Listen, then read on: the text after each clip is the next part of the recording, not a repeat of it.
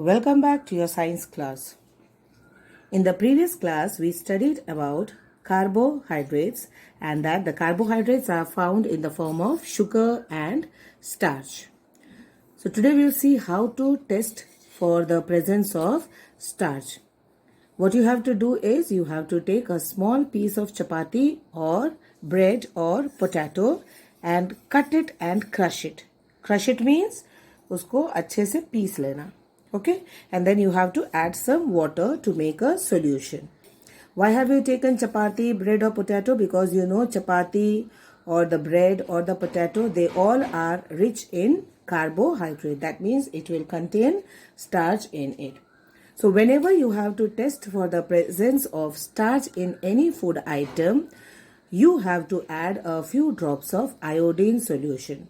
See children, since we all are sitting at home and we are not able to go to school, so we cannot perform this activity. Okay, you will have to just understand it as it is. Otherwise, if it would have been in the school, I would have shown you how an iodine solution looks and how the test or the activity can be done. Okay, but for the time being, you'll have to learn from the book only. So when you add iodine solution to it, what will you see? You will see that the solution changes into blue-black. Okay, the solution is brown in color and this solution, it is brown in color, but it will turn blue-black. And what does it turn into blue-black? When it turns into blue-black, it indicates that the potato or the bread or the chapati, it consists of starch. Clear children? So to test the presence of starch, we have to take any item which contains carbohydrates and then you have to add iodine solution.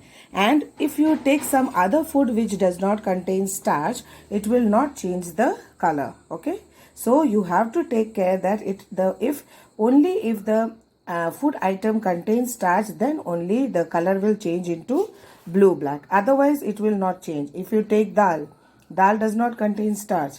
Okay, so if you take dal, it will not convert into blue-black. So any food item on putting iodine solution, if it converts to blue-black color, it shows that the food contains starch. Clear children? Then we move to the next component of the food or the next nutrient, it is the proteins. Now proteins are the chemical substances which are very essential for the growth, repair and maintenance of the body. And you all have already studied which are the food items that contain protein. Pulses, all the pulses, beans. Okay, pulses means it includes all the dals, variety of pulses. As you can see here in this picture, you have got different kinds of dals. Okay, that is the arhar dal, the masoor dal. All these dals, they are rich in proteins. Then you have milk, groundnuts, eggs, cheese, butter, fish. All these contains proteins. Okay, animal proteins are better than plant proteins. From where do you get proteins from plant as well as animals. Plant proteins are all these pulses, beans and all. Okay, animal proteins are milk and eggs, cheese, fish. All these are animal proteins. So children, animal proteins are better than the plant proteins. And what is the function of proteins? Proteins, they form hemoglobin. You all have studied about hemoglobin. Hemoglobin helps to carry oxygen to all the parts of the body. Okay, so proteins form hemoglobin and they also helps to create antibodies. What are antibodies? Antibodies are the special kind of substances which helps us to fight all the infections.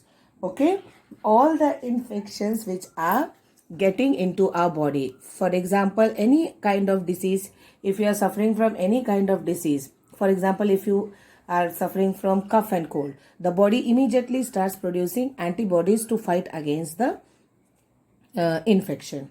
So how can you get more antibodies? If you take more proteins, you will get more antibodies. Okay.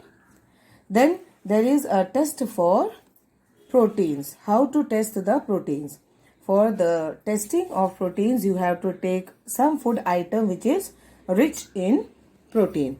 Like just now I told you, you can take groundnut or you can take pulses, beans, anything you can take. Okay, and you have to put it in a test tube and add little bit of 5 ml of water. Then you have to add few drops of copper sulfate solution. This also you will get only in the school lab. Copper sulfate solution and caustic soda. You have to shake it well, and after some time you will see that the solution has changed into violet color, and this violet color indicates the presence of protein in the food item. So these are the two activities, okay, today that we learned. One is the test for proteins. For testing proteins, what you have to do? You have to add copper sulfate solution, okay, and caustic soda solution, and the color will change into violet. Clear? And what about starch? For testing the presence of starch, you have to add iodine solution, and the color changes to blue black. So that is all for today, children. The rest will continue in the next class. Be safe always. Thank you.